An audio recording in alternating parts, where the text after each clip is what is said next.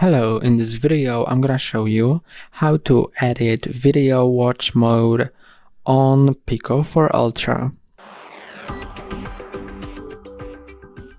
To watch videos in cinema environment, you can go to File Manager, then choose your video you want to watch and play it, and it will get you to that cinematic environment and you can play it in 3D if it was recorded in 3D,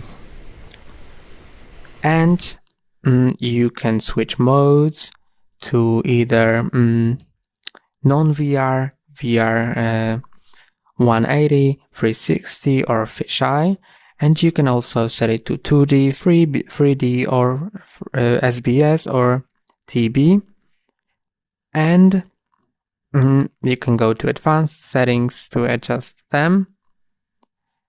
You can also adjust the scene to either dark, beach cinema, PMax cinema, viewing location, close, center or far, ambient brightness,